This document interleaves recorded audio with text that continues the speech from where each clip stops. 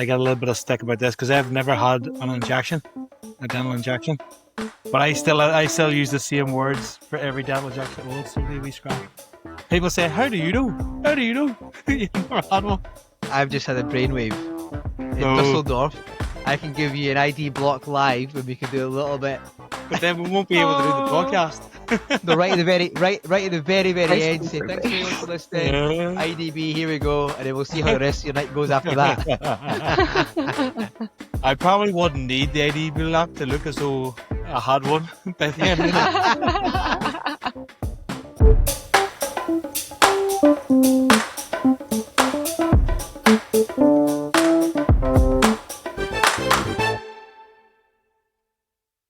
Welcome back to the Sports Dentistry Podcast. The Ashes are on this week, more the proper Ashes, not this. We'll have a cup of tea and some sandwiches and swing a bat at a ball every now and then. But the proper Ashes are on this week. The Rugby League Ashes for the first time in 22 years. I saw that actually. And England are playing the Ashes. 3 tests over the next 3 weekends. That is absolutely fantastic, isn't it? And not like we needed any more, what would be the word, friendly rivalry with our Aussie counterparts. I don't really like to see England win at a lot of sports, but for rugby league, I don't mind. I don't mind. As long as it's good rugby league on show, I don't really mind. When it comes to cricket, it's a different story. But when it comes to rugby league, it's great. So why after 22 years are they bringing it back? Well, there's a few reasons. It's now England against Australia, and it used to be GB against Australia, so that's interesting as well, the way that they've mixed that up. I think it's a lot of us to do just with scheduling, because the seasons run differently. So I think that's what it is. But maybe the seasons have changed slightly, because I think both seasons are just over, so they've been able maybe to link it up this year. But I was listening to a podcast this week, a rugby podcast, and it sort of suggested it was more to do with the schedules being too packed and difficult to try to get it organised at a certain time of the year to make it happen. What will be interesting is Australia. Rugby league is probably arguably the biggest sport in Australia. Mm-hmm. So they're going to be really up against it, England. So they're having one in Wembley, then Headingley, and then I think maybe Old Trafford, is it, for the decider? Possibly, but the last 2 games are sold out, so I'm sure the atmosphere is going to be amazing at them. Yeah, that's fantastic. I think it'll be iconic as well, won't it, to be at Wembley and then to have sellouts in the last 2 games. But it just goes to show you that sport can still sell out. People still want to go and see it. They still want to go and watch live sport. Because there's so many sporting channels, it's hard to stay on top of it all. If you've got Sky Sports, you've got TNT Sports, you've got Premier Sports, you've got RSE Sports, there's so many, and it's like you can't start fishing out cash for all of it. But I was looking at potentially getting TNT Sports for the cricket Ashes this winter for a month. At least it's just you pay 1 month fee, whatever it is, and you can watch it. But the amount of money that I've probably spent on watching sport or buying a one-off event, such as boxing. Boxing is a big thing when they got pay-per-view. When I was younger, it was wrestling, and you'd get wrestling pay-per-view and things like that. Where does it stop? But you can't take away from watching live. That Manchester Conference when we were at the T20, it was just watching professional athletes at their very, very best in a brilliant environment with people who are all there for the same reason. You just can't beat that. And with cricket, certainly, and with rugby, the atmosphere is very friendly. Even people who playing against each other or the supporters that are against each other can sit together. I find that difficult in football or soccer. Not really sure why that is. But certainly going to family-friendly sporting events is definitely my idea of fun. Yeah, definitely. It is strange. I'm even seeing some videos this week of fans at American football matches, which you generally think they weren't that aggressive, but there seems to be, don't know, maybe it's just the algorithm has just picked me up, but there seems to be a lot of fan fights shooting up on my social media recently. Of American football matches, which was always something, especially after being to the one in Dublin, and I think the three London games are just over, and you can see everybody's wearing their colours, and it all seems to be like a big entertainment more than anything else. But there's always some fans have to ruin it for everyone, isn't there? it was quite funny. You sent me something, right? But see, in the UK, when the fans are angry, they'll maybe throw on like their pint glasses, or they'll throw on their scarves, or they'll throw on bottles of water. But in the Emirates, they throw their Ferrari keys, they throw their mobile phones. That was on this week. Qatar against UAE, and Qatar beat UAE, and people were throwing their phones onto the pitch in outrage. Their iPhone Lamborghini keys and everything, all sorts. iPhone 17, brand new. Yeah. They went to go and buy 10 just so they can chuck them onto the pitch. Oh, it's different world altogether. Definitely is. Totally different world. Totally different world.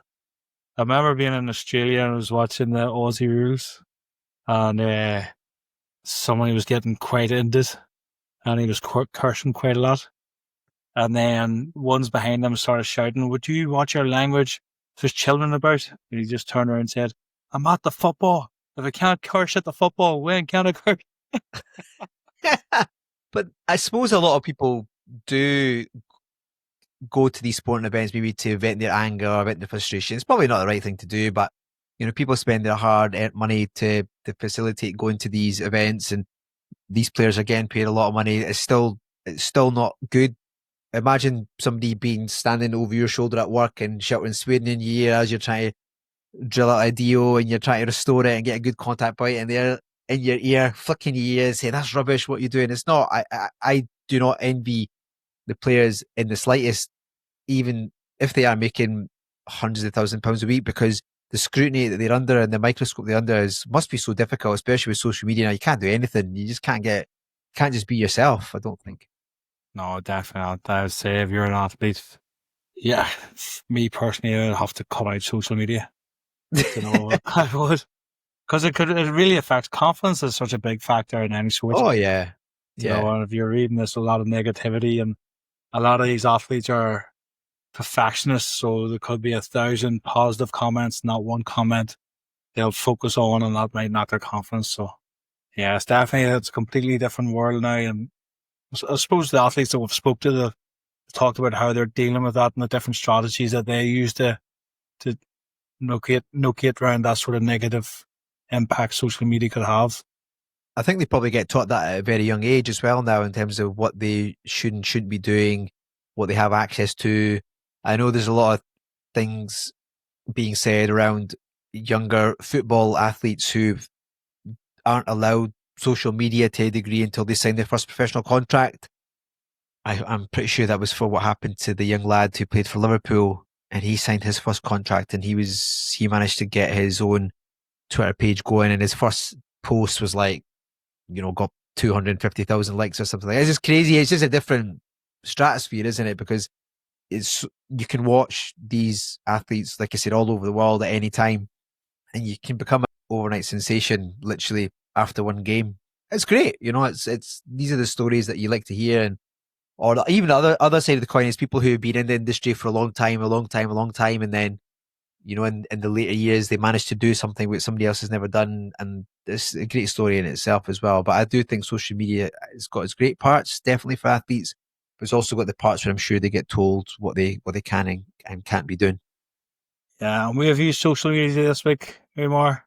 We've used social media to announce the future of the Sports Dentistry Podcast.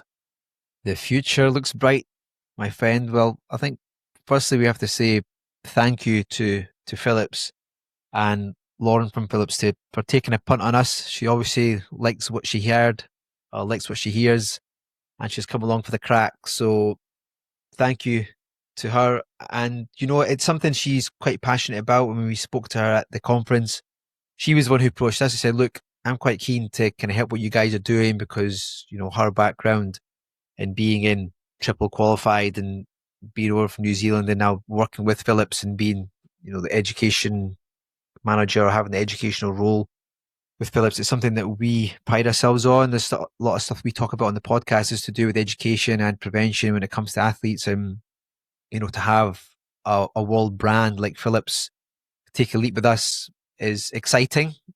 It just goes to show you must be doing something right.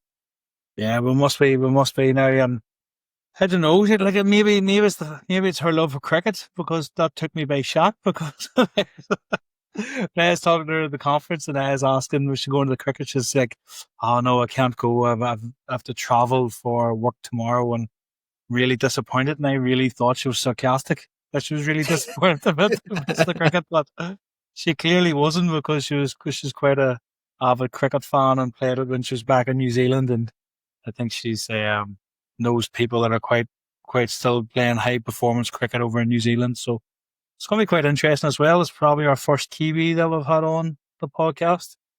We're slowly working our way towards that part of the world. Slowly, Yes. after releasing Dr. Lee from South Korea, he's actually sent me a message. There's a couple of things he wanted me to just announce. So let me just get that. Otherwise, I don't want him being annoyed at me. He said that the other nations that will be involved will be Japan and Taiwan, amongst others. He said that if there's enough interest, yes, they might look at AI and do translation from Korea to English for people who are going to be going, or if there's not that many people, then they might do it in subtitles. And the other thing he mentioned was that the live broadcast is something that they just made as a draft proposal. So obviously they want to encourage people to go to the event. They don't want people just to sit at home in the comfort of their homes and watch it online. They'd rather people go and make an appearance and be there in person, because networking is crucial. Yeah, it's great. It sounds like a great conference. Really does. I don't know if I'll be able to fit it into the schedules, but if it was closer, I'd definitely be thinking about it. If it was a direct flight, I'd definitely be thinking about it, because it's an area probably we haven't touched on a lot. That sort of area, that area in our conferences, and it'd be really interesting to see what's going on their side of the world and the sort of developments that are happening from that aspect. So, yeah, if anybody is able to fit it in, it sounds like a really good one to jump on for a few days and see that part of the world and get a bit of sports dentistry education. Definitely. And look at these sort of places to get to. Travel's relatively easy nowadays. I mean, there's so many flights going from all over the place. But, you know, if you're looking at going on holiday and you want to just try and get some CPD and put it through the business, there's no better way than seeing the world and doing a day of CPD or a day and a half CPD and taking the family and doing things. And that's certainly something that going forward into different countries that we've maybe not been to before and we want to go and try and visit, not just sports dentistry related conferences, but other conferences too. I think it's quite a good idea. So yeah, I think it was only fitting that we then got Lauren onto the podcast to have a good chat with her and, you know, to see what her background was and what's kind of got to this point and why she felt that she could help us and help take us to the next level, because she's quite enthusiastic about dentistry and about sports. So I think the conversation that we would have with Lauren would be beneficial to have, not just because we've now got the partnership with Philips, but also her as a person, kind of how she's got to moving away from the beautiful country that is New Zealand to now living in the whirlwind city of London. Yes, and the question that I'm burning to ask is, does everybody in New Zealand know how to do a haka? Because it just seems it's such an iconic symbol of New Zealand and their culture. I just wonder, is it something that everybody knows from a young age, or is it something that's sort of just stuck with like sports and athletes to it? So that's my burning question for Lauren, on top of all the great dentistry questions we're going to ask. Yeah, well, hopefully she'll have a good answer to it then. So let's go. Hey there, Sports Dentistry fam. We've got big news. If you love sport, teeth, and travel, you're going to want to listen up. That's right. The very first South African Sports Dentistry Association conference is happening this year, and you're invited. Join us in Stellenbosch on Friday, the 5th of December, 2025, for a day of exciting lectures, expert panels, and vibrant networking with sports dentists from across the globe. Then, stick around for a stunning conference dinner under the stars, Stellenbosch style, at the famous Byerskloof Winery. And on Saturday, the 6th of December, we head to the world-famous Cape Town Sevens rugby at the DHL Stadium, sitting at the foot of Table Mountain, for an epic day of sport, sun, and celebration. It's the perfect blend of education, networking, and unforgettable South African energy, all in one weekend. So, whether you're chasing CPD or chasing Sevens tickets, this is your chance to be part of something truly special. Come join us in the Rainbow Nation. Tickets are limited. Grab yours now via the link in the description. The inaugural South African Sports Dentistry Association Conference, December the 5th and 6th, 2025, Stellenbosch and Cape Town. We'll see you there. I'm delighted to welcome to the Sports Dentistry Podcast this week, Lauren Ward. I think I've pronounced that okay. You have a very straightforward name, Lauren, so that helped. Yeah, it definitely makes it a little bit easier, even with your accent. Before we just get into your background, I feel a wee bit outnumbered this week on the pod because I've got two people on at the moment that are quite enjoy playing and watching cricket, which I can't say that I would have the same enthusiasm for. And certainly, whenever you first explained to me how you enjoy cricket, Lauren, I did think you were being sarcastic. I won't take it personally. It's okay. But no, I definitely do love cricket. You can't tell me you didn't enjoy that Friday night when we were at the end of the Manchester Conference. A world record game you were at, my friend.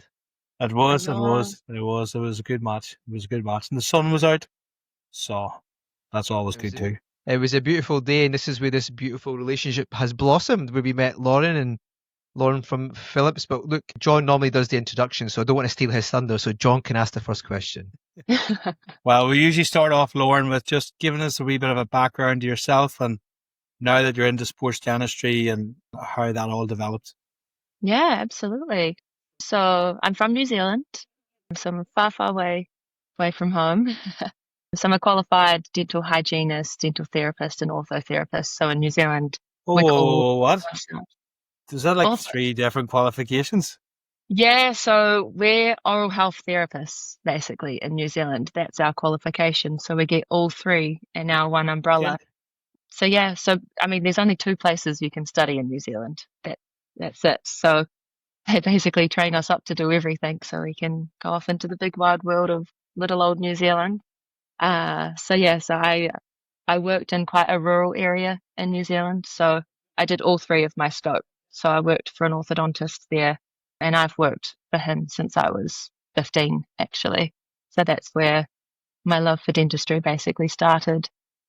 I just literally got a job with him when I was at school. He was just saying that he was looking for an after school handy person just doing the sterilizing. And then that's, how I got into it. And I've worked with him for over 10 years now. So that's been really nice. And I got to do all 3 of my scopes. So that was really nice. And then I actually sadly ended up getting an injury. So I got a wrist injury. So I got a ganglion on my wrist, and I had that for about 1.5 years. And I was supposed to have surgery on it, but I decided not to, and I decided to move to the UK. So that's kind of what initiated my change and my move. So I decided to move over here and travel as much as I could and just try something new. So that's how I also ended up with my role at Phillips. So I decided I actually wanted to do dental sales.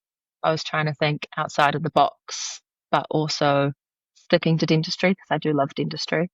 And it just kind of not fell on my lap. I definitely worked hard for it. So when I first moved here, I went to the Excel dental conference in London, and I went around and I introduced myself to nearly every stand and asked how they got into their role as a sales rep.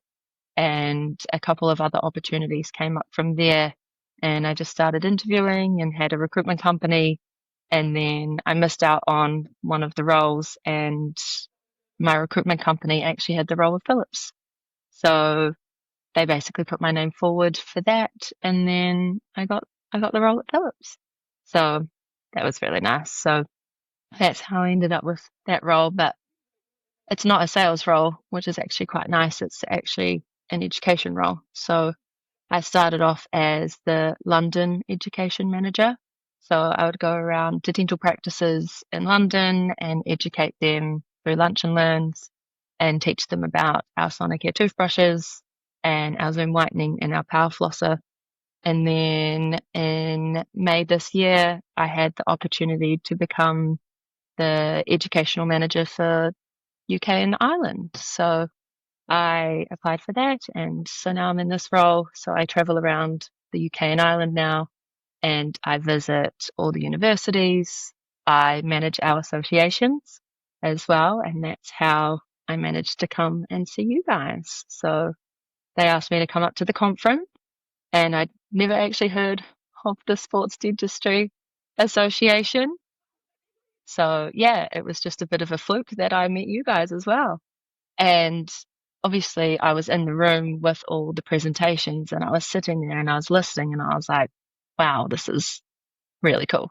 This is something I think we should definitely be involved with, as being like a toothbrush company, but also in cosmetics. And also I just love sports as well. So I get to merge not only the sports side of stuff, but also dentistry. And I feel like everyone on the association is in a very similar mindset. They love dentistry, but they also love sports. So it's two very different passions and hobbies, and you get to merge both of them. So that is quite nice. So yeah, that's a bit about me, how I got into my role.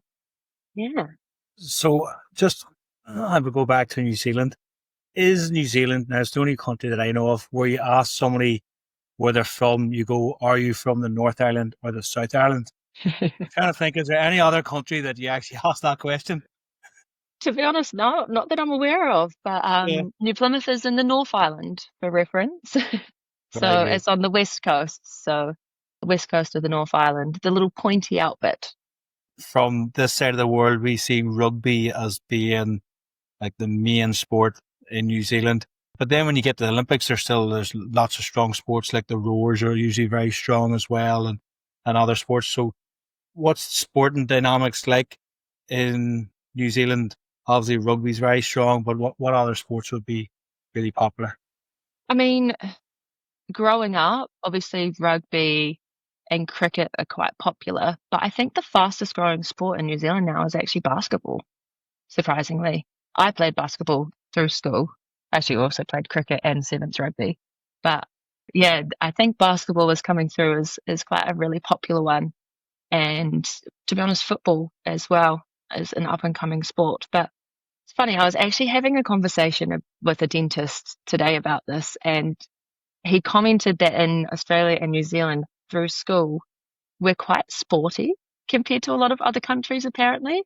So, I mean, all my friends all played sport, and we played sport all through high school. It was just a normal culture for us. And yeah, we just have a massive range of sports. And even, yeah, like a few of my friends were rowers. They just do a bit of everything, to be honest. Yeah. And this is a really important question. Does everybody have to learn the haka? And at what age do you have to learn the haka from? So, well, technically, yes. So we do kapa haka at school. So it's where we perform them. And like our school song, we had our own kapa haka dance that we had to do when we sing our school song. So yeah, we all have to learn it. We all have to learn Te Reo Māori, which is the language that we speak. Well, we don't really speak it. Obviously, English is our first language, but we still had to learn it through school as well. So just general numbers and colours and stuff like that. Yeah, very normal. And the haka, it represents, what does it represent? There's different types of hakas. Is that down to the different regions of New Zealand, or what way does that work? No, so the females and the males just do different types of hakas. So the females you'll find will never stick their tongues out, and all these sorts of little things. And if the males and females are doing it together, the males will always be at the front and the females will always be at the back. So there's just all those traditional things with the haka. But that's why we would have just had the women's rugby. Their haka looks quite different to the men's haka, and it sounds quite different. And yeah, it's just the female versus the male. I think the haka is something world renowned, no matter what sport or which part of the world that you're in. If you were to say the haka in New Zealand, everybody has probably seen it, certainly on TV, or heard about it. But when you watch it live, I'll be biased, when you watch it live in Murrayfield, because I've not seen a New Zealand rugby game in New Zealand, which I'm sure would be absolutely epic, but the closest I can get to it is at Murrayfield, and we're playing them in a few weeks actually, and I'm pretty optimistic. But it's the light show. Always with the false it's, hope. Always with the it's the false hope. you got to be optimistic, my friend. You've got to have hope. But even if we run it close, it's been close a few times. But I digress. Watching it live with the passion that kind of goes through, you can feel it. It's one of these things where everybody just falls silent and they're just watching it. It is an incredible thing to watch. It really, really is. And what makes it even better is the New Zealand people are amazing. I'm very fortunate to have been there a few times, and just they're so welcoming. They make you feel part of their family, and it's a very, very nice part of the world. But to go from the laid back lifestyle of New Zealand to now go into the hustle and bustle of London must be a bit of a shock. I did see the Haka performed on the tube in London a few That years doesn't ago. surprise me. A New Zealander got on, and he must have had a few beers in him, and the Yeah. top came off and the Haka started. Oh So gosh. it was quite an experience. Oh, as I say, really doesn't surprise me. It's actually amazing how many New Zealanders, even Australians, all live here in London. Like, even though we're so far away from home, it's a very common cultural thing that in your 20s you leave New Zealand and you go on your big OE, basically. So even like my parents' generation, it was normal for them to come over here, live in London for a few years, and have a career and just have a bit of a different lifestyle. Because, yeah, it's really different. That's polar opposites. I go from a tiny little place that has no public transport, really, and then you come here and all I do is catch public transport. I never caught a bus in New Zealand, and we don't have a train system. So this is like little things that people just can't comprehend, which does make me laugh. And yeah, just as I say, the people are just quite different, but I love the multiculture of London and the opportunities that it brings. Even just talking to you guys, these opportunities just don't happen as much in New Zealand. And my role with Philips doesn't exist in New Zealand. We have a rep that will cover the whole of the North Island. So it's just very different.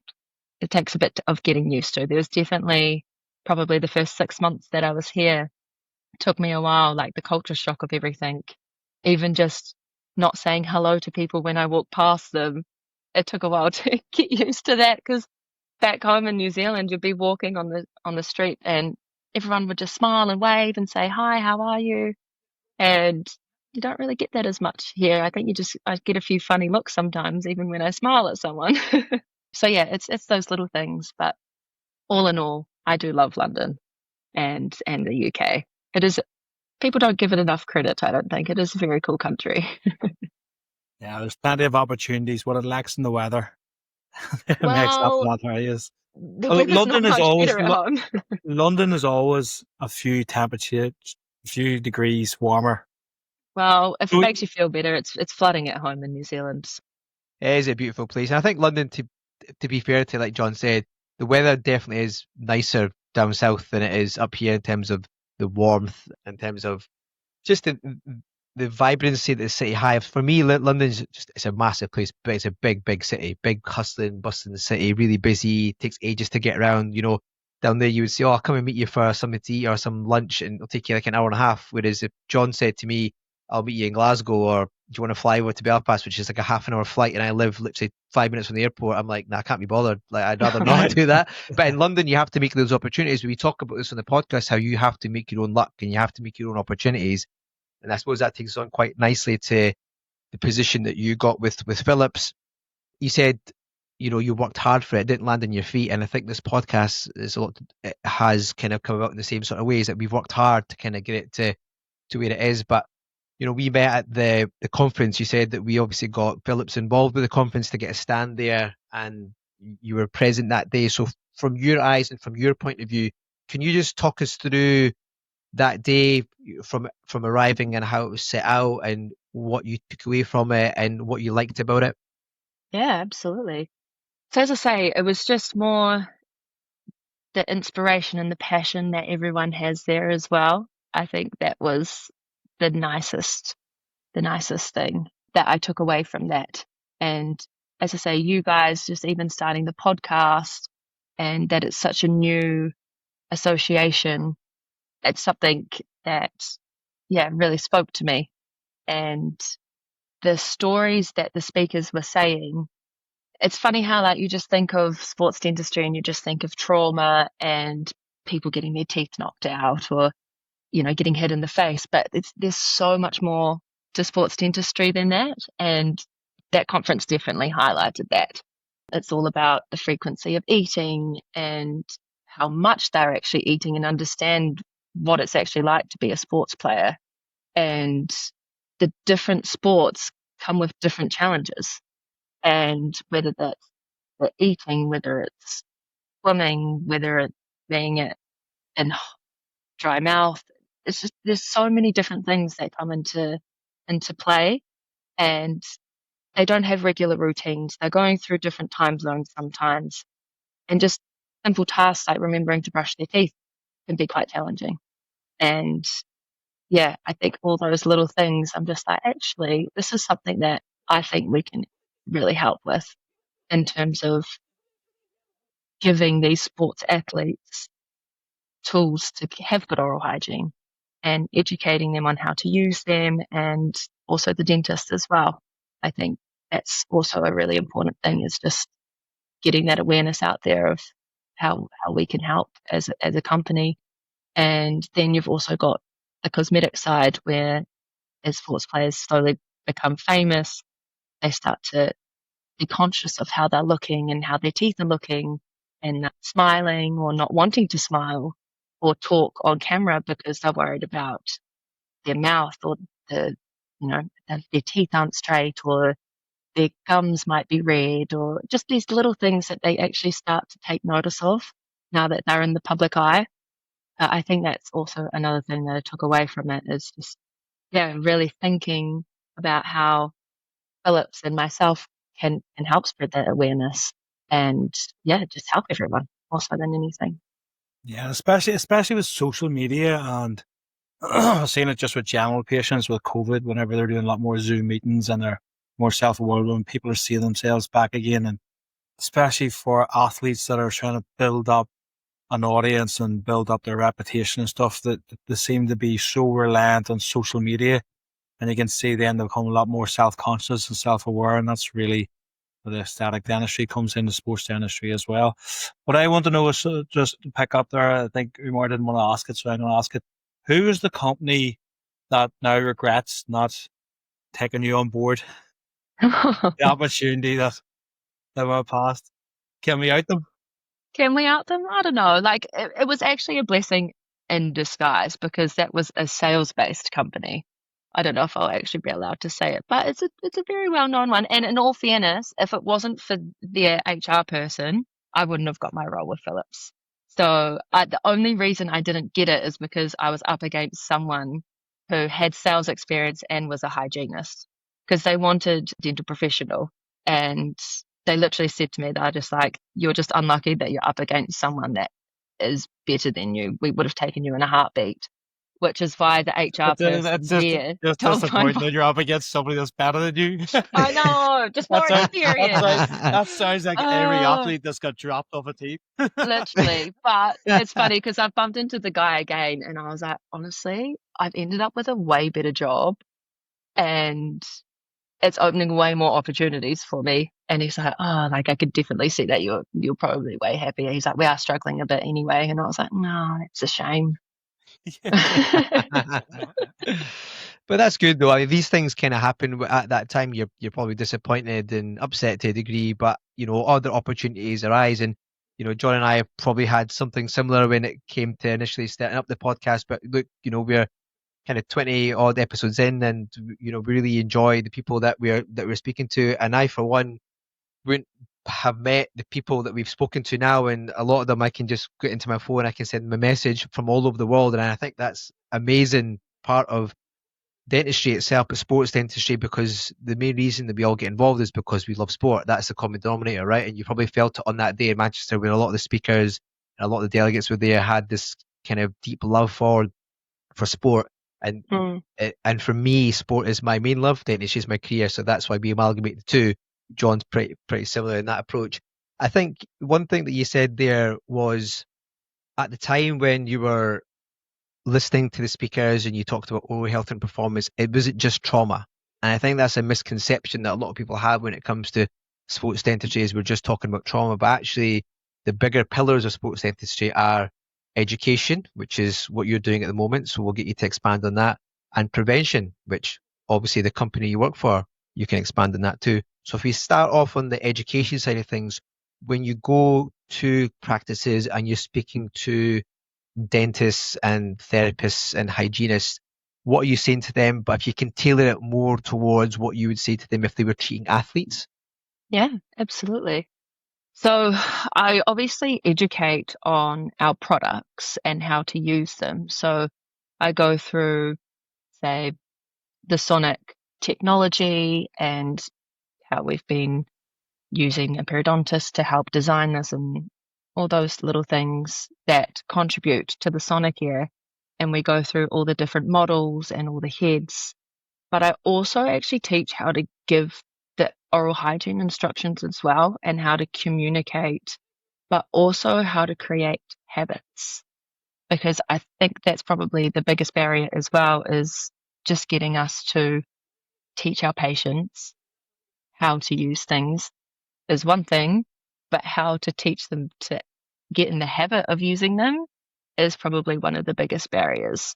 So as I say, with your sports players, having these toothbrushes, it just basically takes all the thinking out of brushing their teeth. So it's like comparing a manual versus electric. I don't know. Do you guys find that the sports players are mainly using manual? Are they mainly using electric? Or, Are they even brushing their teeth? well, this is I this was is just- the thing. Because I mean, it's, travel a lot. Because they travel a lot, Yeah. they just whatever they've got their hands on. To be honest with you, yeah, when they'll say when I'm at home, if I've got an electric one or if it's charged, I'll use it. If not, I'll use a manual one. But if I'm on tour or if I'm training abroad, it'll just be a manual if I remember to pack it. yeah. So It's all those it's a little different. barriers. Yeah, It's as I say, it's normally just a habit thing, and it's just also creating that awareness that they probably just need to pack it and remember it. One, but the good thing with the Sonic ears is they actually have a 3 weeks minimum battery life. They're lasting about a month, to be fair. But yeah, we guarantee 3 weeks minimum, so they don't have to remember their charges. If they're just going away for the week, or they're just going for a shorter amount of time, they don't have to take their charges. They don't have to remember it. That's one less thing. And the 6,000 range up, they come with travel cases, so they can pop them in there, and so they're quite easily transportable. The biggest problem is actually probably just remembering it. And as I say, with them being out of routine and out of habit, that can sometimes be quite a big challenge. And I think that's just people in general, to be honest. Yeah, that's just maybe putting the importance on having that as part, because I'm sure they're not forgetting all the stuff they usually do to help them perform. That Well, they have importance exactly. on, where Yeah. they haven't got that focus of the need for this. Just on the education, but did you find it really difficult to go out to dental practices to give education that wasn't a lunch hour? Do people Um, only give up their lunch hour for education? yeah, that's the only time that we can basically do. We can catch people obviously in between patients and things like that, but it's a very short and sweet Like example, it's and it's such a just, strange industry, isn't it, when you think about it compared to other industries, that we're giving up our lunch for education because we I don't want to give know, up any other time in the day. Where yeah, you'd have like training days blocked off, wherever if you were in any other large company in any other type of industry, you'd have training days, you'd have all that as part of your normal working day. Well, we're trying to squeeze this extra time I know. into our working day. It's just it's a little It's bit of a crazy, really, because I mean, dentistry is such a fast-paced, high-pressure job, to be honest. And yeah, the fact that lunchtimes they still use that for education is pretty crazy. I mean, I'm not used to this sort of stuff. Lunch and learns don't exist in New Zealand. No one does. That's Um, because in New Zealand it's lifestyle then work, where over here it's work then lifestyle. yeah, yes and no. But yeah, it's crazy, to be honest. But the thing is, people want to learn, and I do love that. Is you go in there and people are like, oh my gosh, like we want to see you, because we haven't had reps. Well, we have had reps, but we have a lot more now. So as of last year, they basically doubled, if not tripled, the team. So we're a lot more accessible now. So we have a lot more human power, basically, to educate for these sorts of things. But we'll we'll hopefully start doing a few more general talks. We'll start going to a few more association meetings and going to those sorts of events. You definitely probably have a bit more quality conversations, because people aren't constantly thinking about probably what their next patient's going to be, or the patient's is coming in early and disrupting the lunch and learn. But sometimes you just got to take what you can and just try and get that message out there. Yeah. And do you But it's have like one of online the platforms for your education? And Yeah. So, do you find them being utilized, or do you find yeah. face to face a lot easier? Face to face is definitely a lot better, obviously. And with our stuff, it's easy to just show and hand around the handles as well. So we literally show everyone, they get to touch them, they get to listen to them, because that's also what we try and teach them to do with the patients as well. So we give out a mouth trial units. So the hygienists are normally the ones that love having those in their rooms, and the patients can actually try it themselves in their mouth. So we teach them how to do that as well. And we drop off all those educational assets. So we also have a path to health, which is a little flip chart. So we take those in for them, and we have little referral pads as well. So they're little tick sheets that you can recommend models on, and the heads and the patient can know exactly what they're going to purchase and what model. So it just takes, as I say, it just takes all the thinking, and it just makes it really simple. So it's introducing all those educational tools into practices as well that we do. So that's when we go to those lunch and learns, we bring all of those, and the dentists and, well, all the clinicians get a free toothbrush as well. So anyone in the UK and Ireland, they get a free toothbrush to trial, which is one of our newer ones, actually. It's the 7100. And that's actually something that is across Western Europe and quite a bit of the globe. So if anyone listening wants to learn more or be contacted, we can pop a little link in the show notes to take you to our Philips for Dental Professionals website. And I'll also put our clinical support email address in there as well, where they can email. And even if they are someone international, if they email into that email address, we'll be able to send it to the correct people as well. So I suppose that's one great thing about Philips, is it's international. Absolutely. And there is a Sports Dentistry Podcast exclusive that you will be able to get a free toothbrush through Philips. So like Lauren said there, we will be able to leave a link where you'll be able to go to and fill out any necessary details to get that. It's funny how dentists aren't willing to give up their time for arguably the most important part of dentistry, which is prevention. And not just adequate toothbrushing, but good toothbrushing, meticulous toothbrushing, oral hygiene instruction, interproximal cleaning. That is really the crux of trying to stop this widespread epidemic of dental caries, periodontal disease, not just affecting the general population, but affecting the athletes, which is what we're mainly kind of touching on here. And I think the educational content that you have, we will be able to expand on and hopefully be able to give to our listeners, and they'll be able to approach clubs or athletes or even into their practices, and they're going to be able to give this information freely, and having the powerhouse of Philips kind of behind that. So I think it's only fitting to break the good news live on the podcast. Yeah, it's exciting. You, though. Absolutely. I mean, it's a really exciting partnership that we're going to have. So it'll be really cool to be able to offer this to the dental professionals, because even a lot of dental professionals at the moment don't realize that we have these educational assets available, and, you know, everything's backed up by clinical evidence, and making sure that they're reading all of this, but also knowing how to recommend, because if you don't know, it's hard to be able to recommend that to the athletes as well. And obviously with the athletes being in that high risk category for your dental caries and maybe getting periodontal disease because they're eating more frequently and dry mouth and just all that sort of stuff. It's super important. And to have the tools in the practice as well to teach them is another really important thing as well. So yeah, I think it should be really good. Yeah. Yeah, it's an exciting partnership. So we're really looking forward, and thanks for coming on board to help promote oral health across our athletes through the Sports Dentistry Podcast. What big sports have you been there with since you've been in the UK? So I've been to the Oval and I've been to Lords. So I've obviously went and watched some cricket. Very And good. yeah, and then I went to the athletics meetup as well. That was just before the Olympics, and then I actually went to the Olympics as well. So I went to one of the athletics track events and watched our high jumper from New Zealand.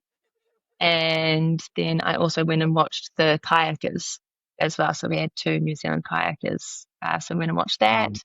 Went and watched the America's Cup in Barcelona, which was really cool. So I've watched that in New Zealand as well when it was there. So I love watching. what's the America's Cup again? It's what's what- sailing. Sailing, yeah. Yeah. Sailing. Oh, Yeah, I'm See, glad I taught you something. we're expanding John's sporting knowledge. Yeah, Ireland did have a really good sailor who did get a silver in the Rio Olympics. Oh, But there apart you from go. that, sailing wouldn't really, even though we're an island, you'd think sailing would be a little bit more popular, but very good. So that Not was in quite. Barcelona. Right, okay. Yeah, so I've been to quite a few random little sports. I went to the women's rugby a couple of weeks ago down in Brighton. We don't want to talk about that much. Well, that was against Ireland, wasn't it? Yeah, it The red was. match. Yeah. Sorry about that.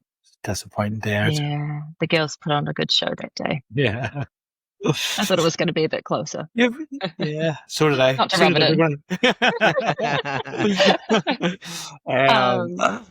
But no. So you've been to a great selection of events. I suppose it's maybe you're finding it a little bit easier to access these events being over this side of the world. Like you've been there to the Paris Olympics, you've been to Spain to watch the sailing, and then you have the sports. I suppose with the Women's Rugby World Cup falling as well this year, you have a great opportunity to see some high class sport. Yeah, it's been amazing. And then I go to Wales and watch the All Blacks versus Wales in November, which will be good fun. Have you been to Cardiff yet? I have not. You're in for an experience. Yeah, that's what everyone keeps telling me. Experience. It's a great experience. Good experience. It's a great city. Great city. People are great there as well. On a great stadium. Yeah, I've heard. As well. I'm looking forward to it. Definitely. Yeah. That should be fun. That's the thing. I think when I came back from that side of the world, one thing I said to myself was I'm going to try and get to Europe more, just because it is so accessible. And you're talking about flying, an hour and a half, 2 hours, and you're in a completely different culture, totally different people, language, food. Everything is just so different. Whereas when you're in Australia, New Zealand, you're flying for several hours, and you're still within the same culture, the same currency. And that's one thing that I said to myself was like, right, let's get out and about. And I'm quite lucky. I've ticked off quite a lot of cities. And I think the beauty of the sports dentistry group and the sports dentistry people that we have is there's organizations popping up everywhere. So not just the South Africans kicking off. Well, I know that's Africa, but then in terms of Europe, you're talking about, Georgia and the Baltics, where John was just a few months ago, and the Dutch as well, and the French, and the Portuguese, and the Spanish, and there's just so much.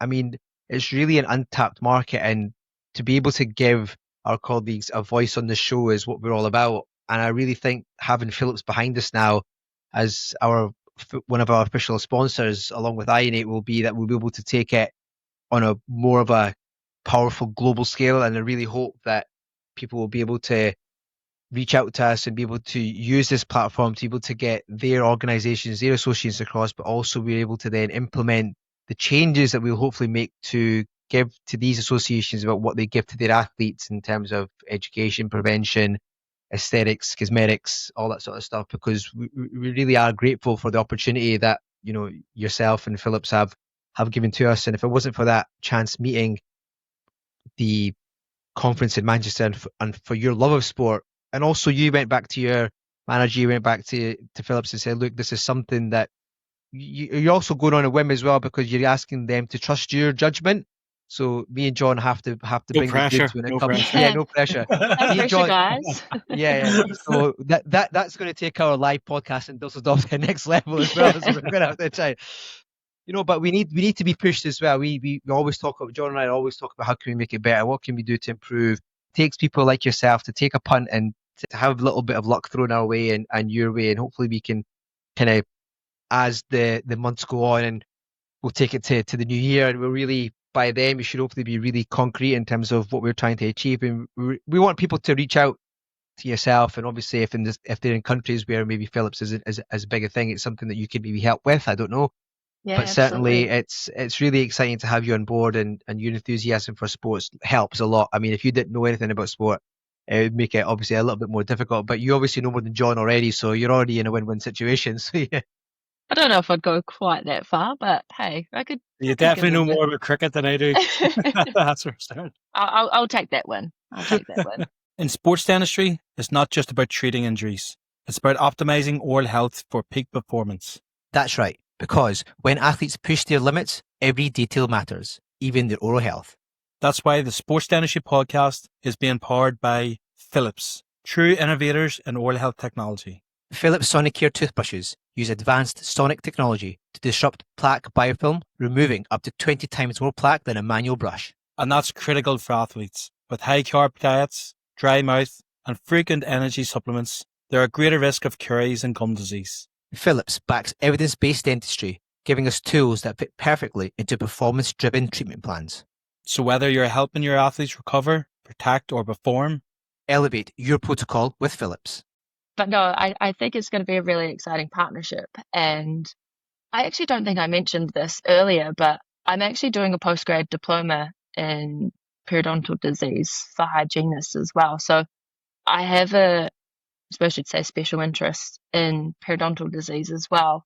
So that's why I'm so passionate about the education side of things and just teaching people how to communicate properly and all those sorts of things. Because one thing I also find is clinicians always complaining that they don't have time to educate.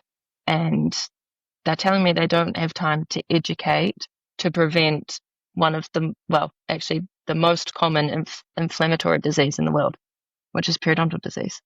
And yeah, it's one of those things. And I feel like with your guys' voice and my voice merging together as one, we can definitely make sure we try and give the athletes the best prevention care we possibly can, because we don't want them on the sports field having any inflammation or any issues more so than anything that might affect their performance at the end of the day. That's the main goal, to be honest, wouldn't you say?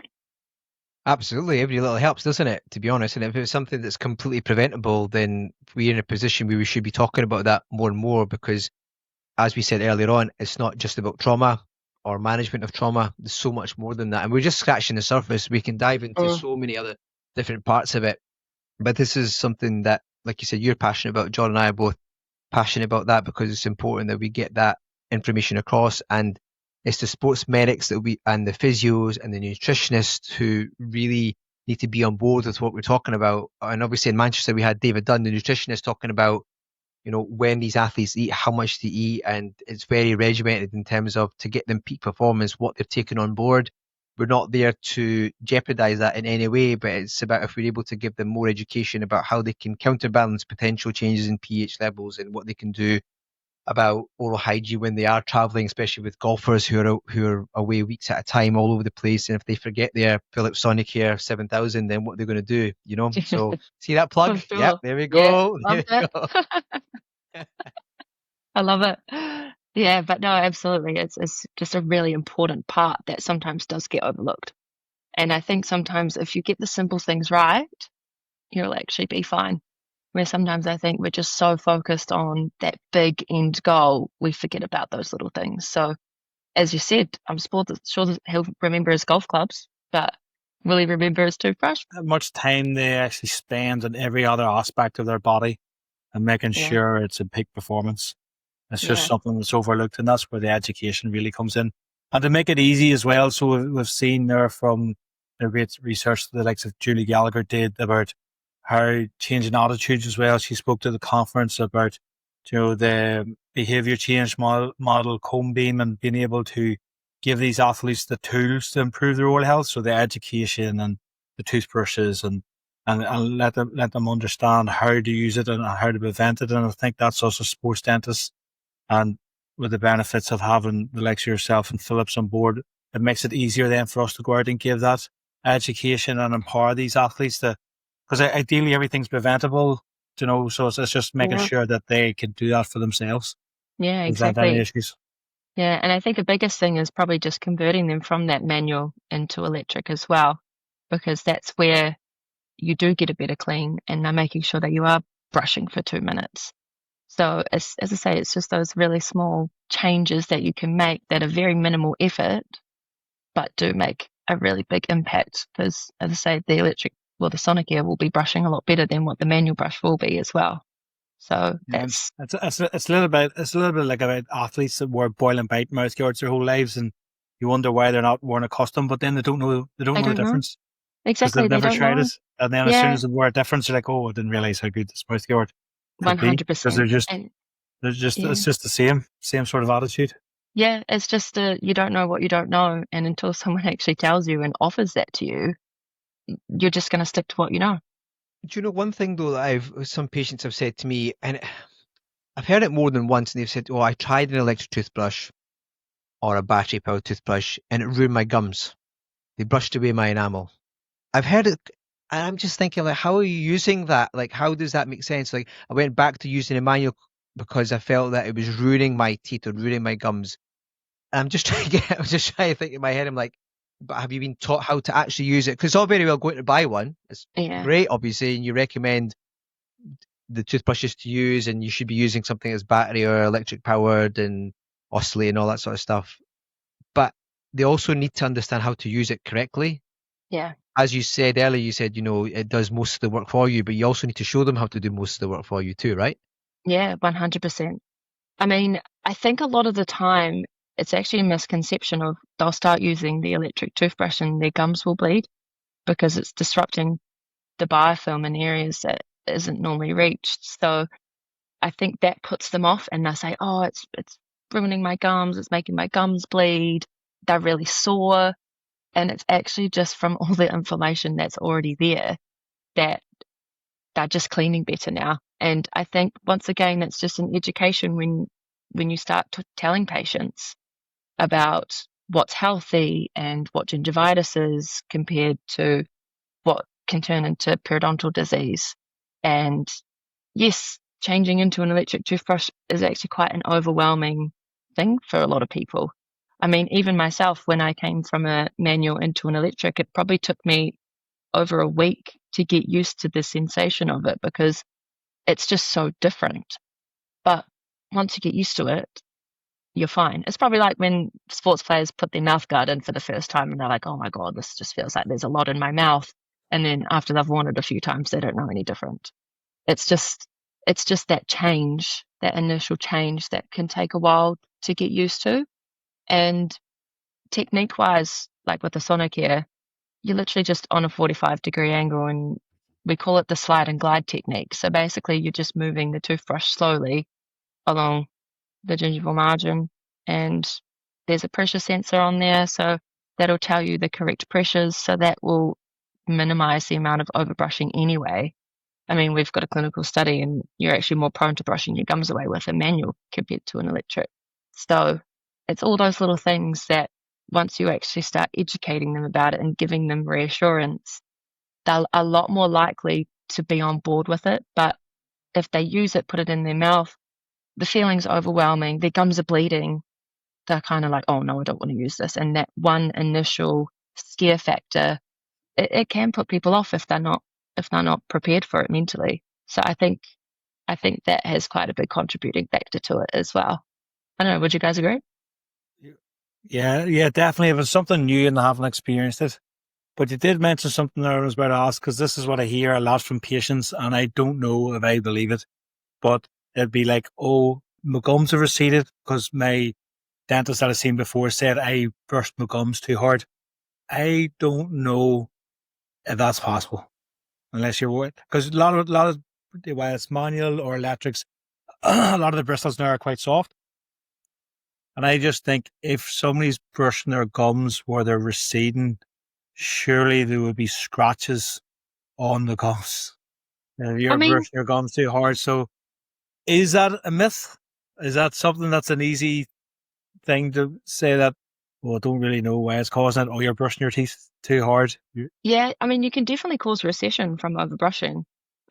As a hygienist, I can tell if people are left or right-handed from looking at their gums a lot of the time, because they'll brush harder where they start brushing, which is normally the upper buccal, on their right side if they're right-handed, and if they're left-handed, they'll normally start brushing on the upper left.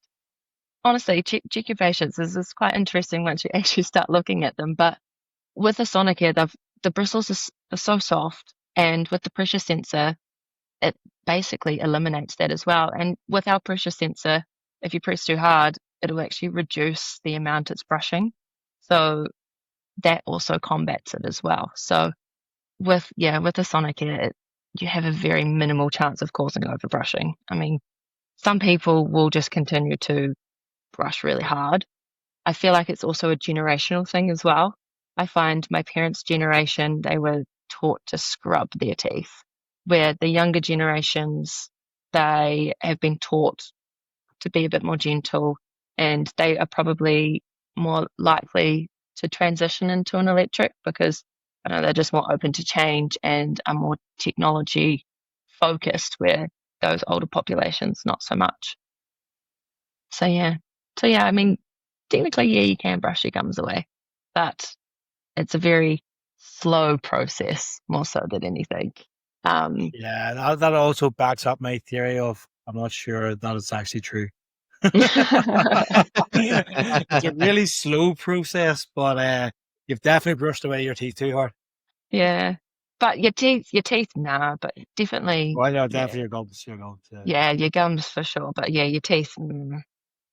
So what's the plans for this year? What are you hoping to achieve? What are the goals? What are Philip's goals? It's quite interesting actually, because we don't really have a lot of people on from like companies like this to understand.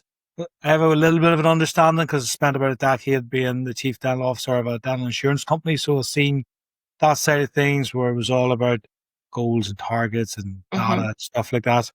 What is the goals of Philips? Is it obviously to make money and sell products, but what are the less obvious strategy things? Yeah. So, I mean, our goals for the year, basically, so for my personal role is to make sure that we're educating in all the universities and making sure that they have good product knowledge and they also know how to recommend our products, but also teach to people, essentially. So that's one of my targets, is to also give out a certain amount of toothbrushes to those students for free as well for them to try. So that's another big area of my target, and that's most of my job. And then as field reps, we have targets to give out a certain amount of free toothbrushes, but also the in-mouth trial units. So making sure that clinicians have those educational tools in practice, essentially. And also, yeah, just giving out free Zoom things, samples, making sure people have access to trying them. Also having targets on the amount of webinars that we do as well. So we have online webinars that we do with some of our KOLs. So we also have key opinion leaders, which is what KOLs are.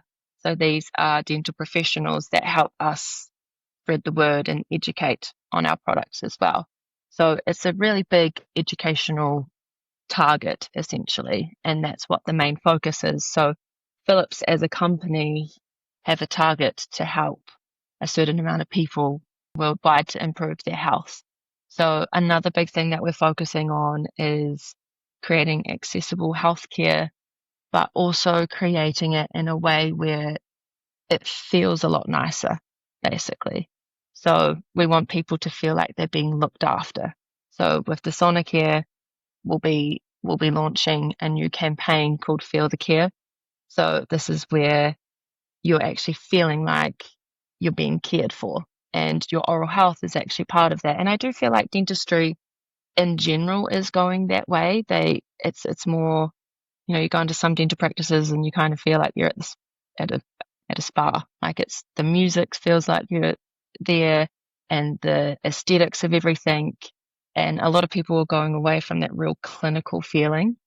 So I think that's also just changing as well, because historically people have been really scared to come to the dentist.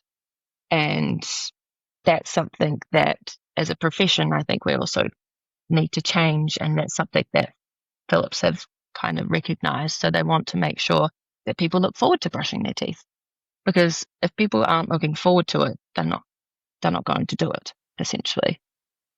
So yeah, those are kind of our company focuses, and it's always people focused and patient focused. We want to deliver the best technology to the clinicians and basically help their patients to be healthier.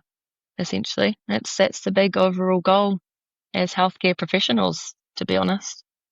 So yeah, that's kind of what our goals are as the dental team, essentially, and what my role is, and what everyone else's roles are within our company as well. I do have to say the free toothbrushes do have an impact on what brush you use, because since I've qualified, I've either used an Oral-B or a Philips Sonicare, and it usually depends on who's giving me a freebie. Yeah, absolutely. I mean, as a dental professional, I never recommended anything that I hadn't tried myself. Would you guys be the same? Yeah, true. Exactly. Absolutely true. Yeah, Absolutely true. Yeah. Absolutely true. So if we're not giving practitioners access to try our products, we can't expect them to recommend them if they're not trying them. So it's just making sure that we give them that access, because if we don't, and if people aren't trying them and other people are giving them ones to try, they're just going to pick the ones that they're trying and that they know work and that they know how they feel. So then they can give that feedback to patients, essentially. So it's a little bit like the fear of the unknown, isn't it? absolutely. If you've done it yourself, you have that confidence that you can give the right advice to the patient because you've experienced it yourself. Yeah, Or for if you sure. haven't experienced it yourself. So this is, I got a little bit of stick about this because I've never had a dental injection, but I still use the same words for every dental injection. Oh, it's only a wee scratch. And people say, "How do you know? How do you know? You've never had one." So, John, I've just had a brainwave in Dusseldorf live. I can give you an ID block live, and we could do a little bit. But then we won't be able to do the podcast. No, right at the very end. Say thanks Perfect. very much for listening. IDB, here we go, and then we'll see how the rest of your night goes after that. I probably wouldn't need the IDB lap to look as though I had one by the end of it. Well, you should try these things so then you can give your honest feedback when patients are doing them and that may be a little bit nervous. That's true though, but you've had ortho yourself, John, so you know when you've had ortho and people ask you about when you're doing aligners and stuff, you can kind of give them an honest opinion. But I think you're right, you have to be able to a degree experience some part of it. That doesn't necessarily mean you have to go start get implants put in and doing all sorts of stuff. But simple things like that where you actually look, I've tried this. Great product to use. I know somebody who would be able to help you, or you can get it in here. It's obvious most of these toothbrushes tend to be on sale at certain times of the year as well. So, but your kind of ideas and Philips's ideas and the progression, the way you guys are going, and where we're trying to take this podcast very much align. I'm not just saying that because you're on, but it's true though, and I think it's something that we needed somebody or a brand like Philips to come in to help kind of bang the drum that we try and bang on when we're speaking to guests, when we're speaking on the podcast, just me and John chewing the fat. I think it's really, really important that we're able to get that education across, and then the people who do listen are able to then take it on to because it's amazing how when you're listening to other people talk, subconsciously it sinks in and you're thinking, well, actually I heard somebody say that, or maybe I should go and try it. And the fact that you very kindly said on the podcast that healthcare professionals, dental healthcare professionals, can get the toothbrush for free. You're probably going to see that skyrocket after this episode comes out. That's good. That's the point. Which is great. Which is great. It means that we're getting good Yeah. reach. You might be getting people from Papua New Guinea asking, or people from Cape Verde or something. That'd be great. That means the podcast is getting to parts of the world we never knew. Yeah. Yep, Birds going to the World Cup. Exactly why I said it. Exactly why I said it. So they're there before Scotland anyway. So we'll. Yeah, I love it. Yeah. Well, that's the whole point. Like, it's just all about creating awareness. And once again, you don't know what you don't know. So if people aren't screaming about it from the rooftops, we're not going to know these things. So if us just chatting about it on the podcast is going to create that awareness, then I suppose we talk. Absolutely. Yeah. So you've got the big match, the big autumn international out in Cardiff. Yeah. That you're going to. Is there any other big events? You talked about going to the Excel Dental Show as one of your maybe first experiences of UK dentistry. Is that one of the biggest shows you've ever been to? Like, how would you describe that? Because Yeah, potentially. I mean, I've gone to the Excel shows every year because I just like to go and see what everyone's doing. But I don't go as the Phillips rep to those. I just go as Lauren, the hygienist from New Zealand. yeah. But I mean, I attend a lot of conferences. So I mean, on Saturday I was at my dentist at their conference. I even spoke about behavioural change and managing periodontal disease and how to motivate patients and just how to explain clinical findings in an easy way.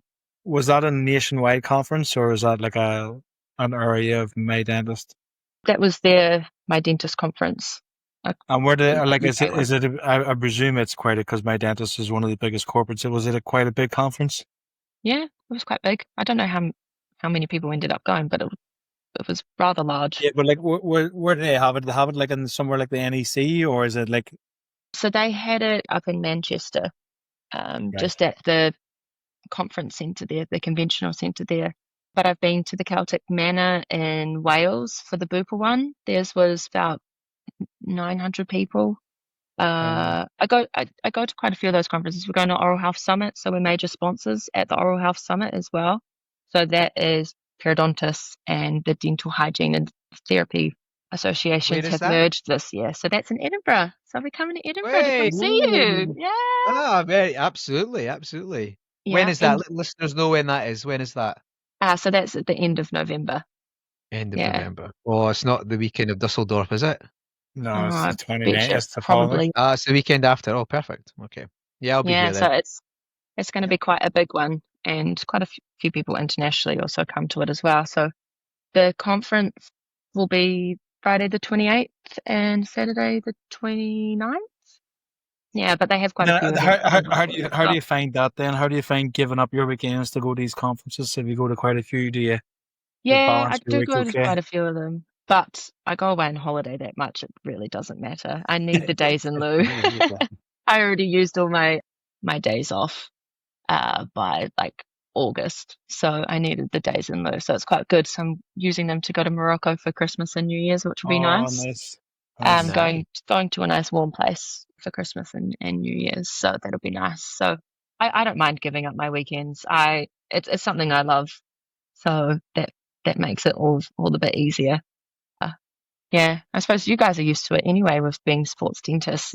You guys have to give up your weekends all the time. Probably. Yeah, that's just, Well, don't mind. We watch the sport anyway. And Saturday evening, I was at the Ulster rugby game.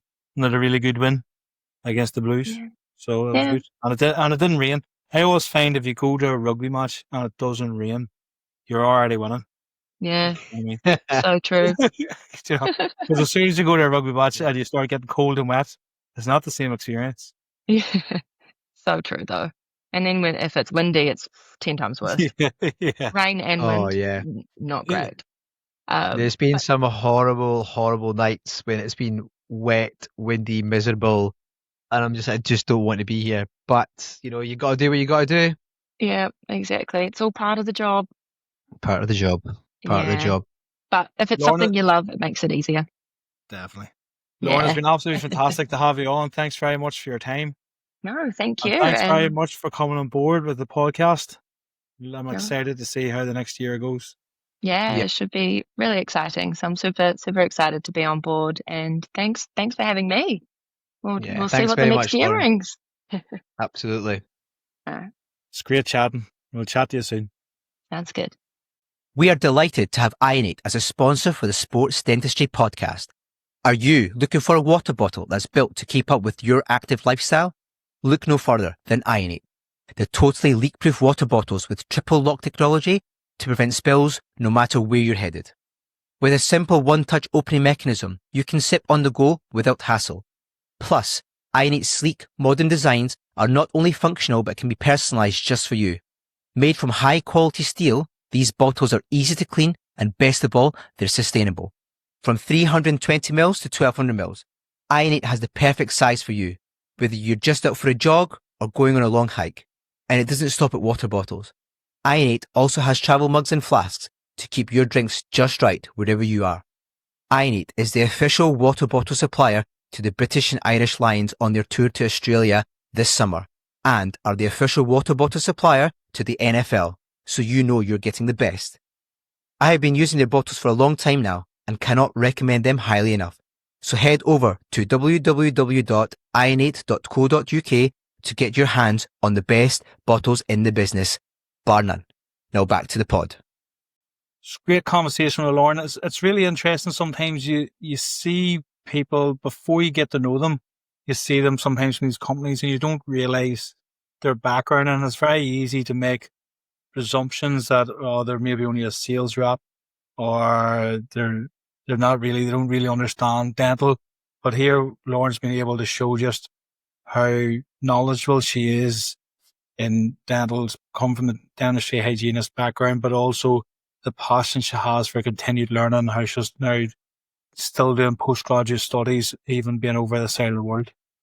I agree. The day of the conference, I just remember us being so busy in the morning trying to get everything organised. We obviously had our meeting directly or right before the conference, and then the stands were getting put up, and the Phillips was just, Lauren was there, Chris was there for Excess Dental, then you had Boutique, and you had Smilefast, and it was just like, it all just became a bit of a blur, and you try and go around to say hi to everybody. And it wasn't actually until the dinner when I actually sat down at one stage next to Lauren that I actually had a good chat with her. You were sitting next to us there as well. And that's where we talk about it so much on this podcast about networking and just saying hi and listen to people's stories. And that's exactly how that developed. That's exactly how that happened. We just chatted, got her background, we got on really well. And she was like, look, I'm quite keen. What do you guys think? And, it was pretty much a no-brainer from our side of things. I was just waiting to see whether she could call the shots and speak to the higher up people at Phillips, and she did. And I think you managed to get your burning question answered. Yeah, it's interesting that they all do it through school. I didn't realize it was that ingrained with their culture, so that's really interesting. But New Zealand is very long way away.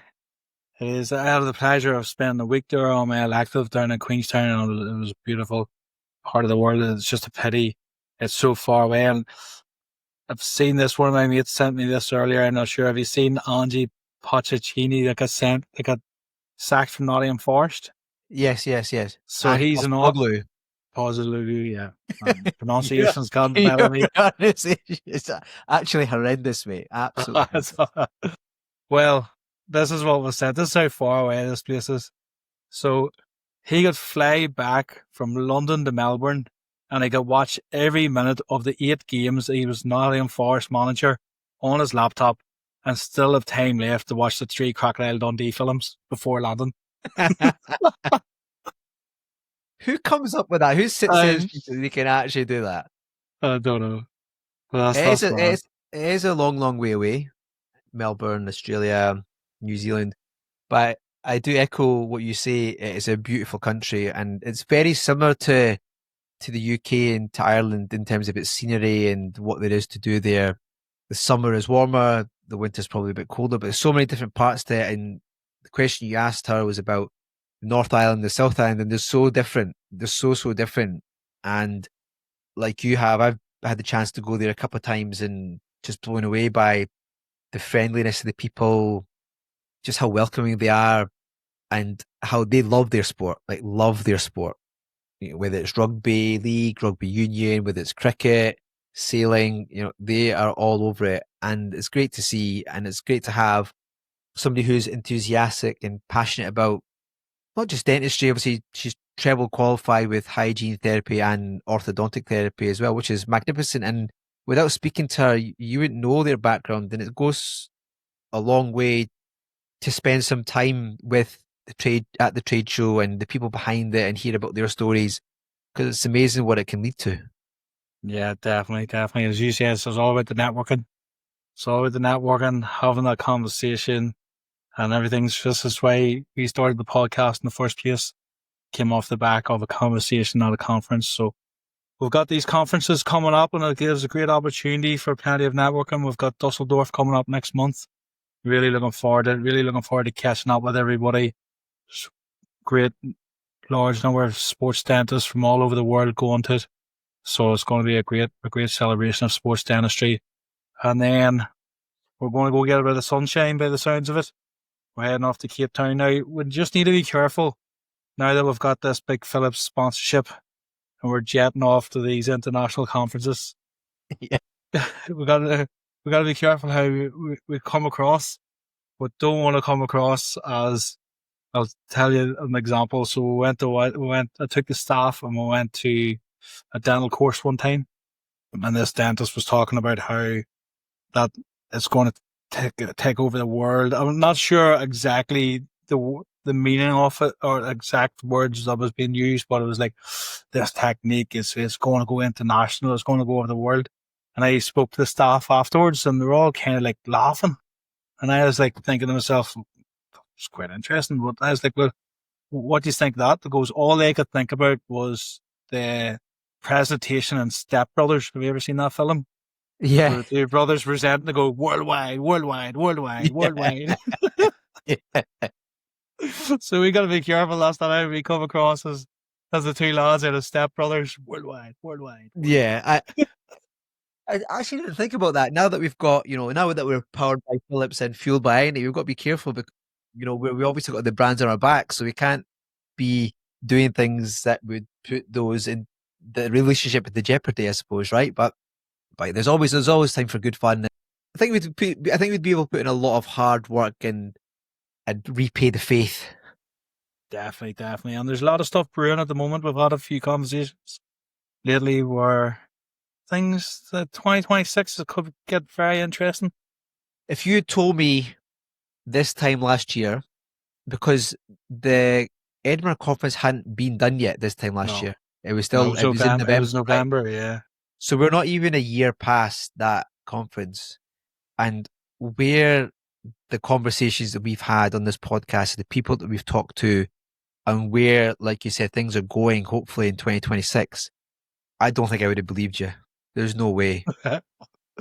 I wouldn't have believed myself. No, honestly.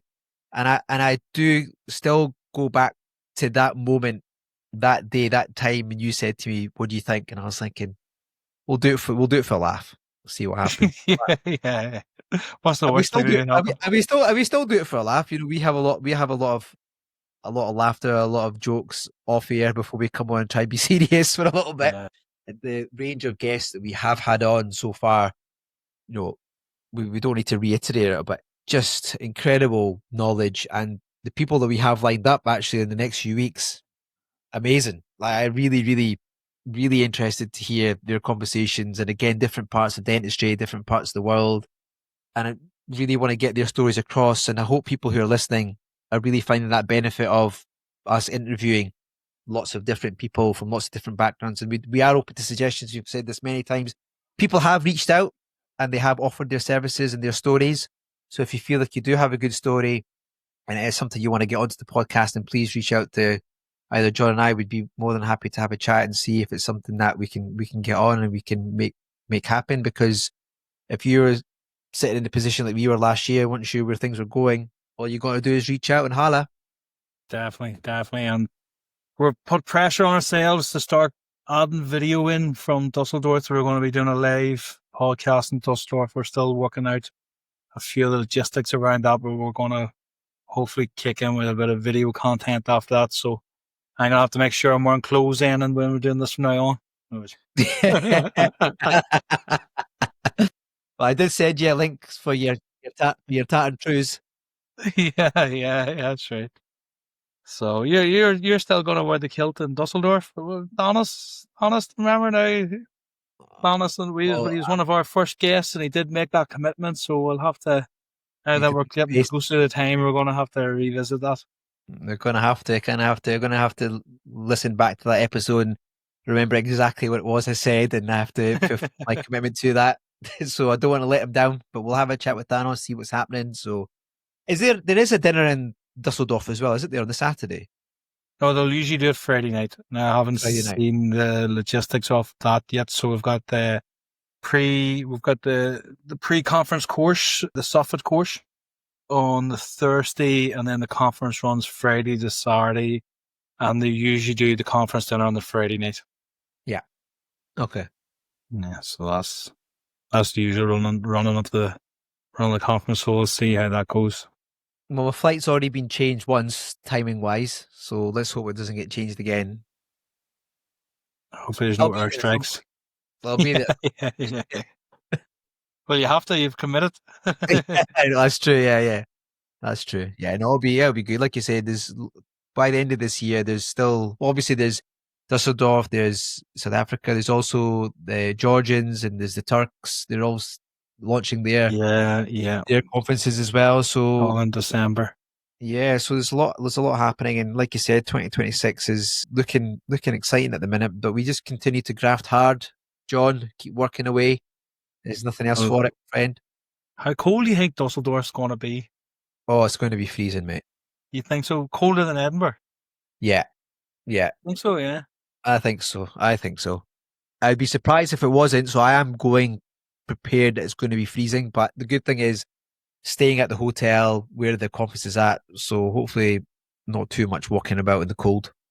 Yeah, I know, but that's like we downed around Dusseldorf. You've heard this stat, obviously, have you? Like they've got the most pubs within like it's called like a golden mile. There's like a mile worth of pubs, but it's like a square, but it's like a mile worth of pubs in Dusseldorf city centre. Really? Yep. You know, heard this though? If there was one person on planet Earth that would know that, it would be you, wouldn't it? There's a lot of stags and stuff that go to Dusseldorf. This is what I've been finding out in my research. Okay. Yeah, no, I didn't know that actually. No, I've always I like going to Germany. I've had a lot of good visits there, and it's nice people. It's somewhere where, again, it's not somewhere that I'd probably go to if I had a choice to go to visit.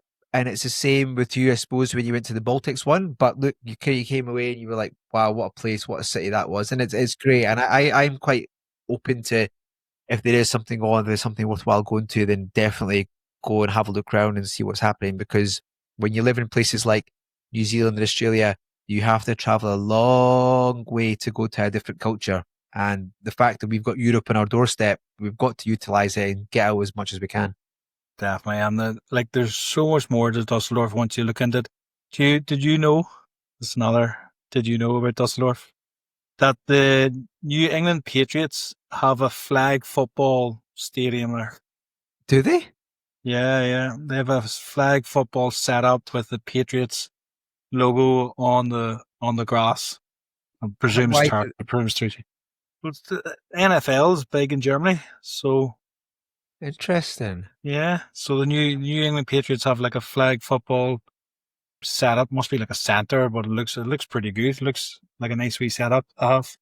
I'm going to have to brush up on my Dusseldorf knowledge before I get out there. Otherwise, you'll be quizzing me live on stage in the podcast, and I'm going to look like a fool. I'm going to have to do my research. Yeah, and it was like the Dusseldorf football team have a hotel at the pitch as well. And that's I was trying to push for the conference to be there because the conference actually looks down onto the pitch. So, but it just didn't work out. I didn't get it over the line. But some nice sporting parts to Dusseldorf. I'm looking forward to explore. Well, we'll explore, my friend. That's what we'll do, and that's something we can guarantee that we will try and get out and about and have a look around and see what's happening in Dusseldorf itself, and maybe go for a little mile walk to see, Yeah, see yeah. what's going on. I don't know. We'll be walking by the end of the May. It'll be more of a stagger. But look, like you said, there's going to be loads of people there who are heavily involved with sports dentistry from all over the world, and it'll be nice to see them in person. It'll be nice to meet some new people, and yeah, let's get ready to rock with the live pod. Sounds good. Sounds good. So good chatting as always, Umar. Yes, yes, yes. And until the next time. Till the next time, stay powered by Philips. Yeah, and feel that in it. Chat to you again. Good stuff. See you later, buddy.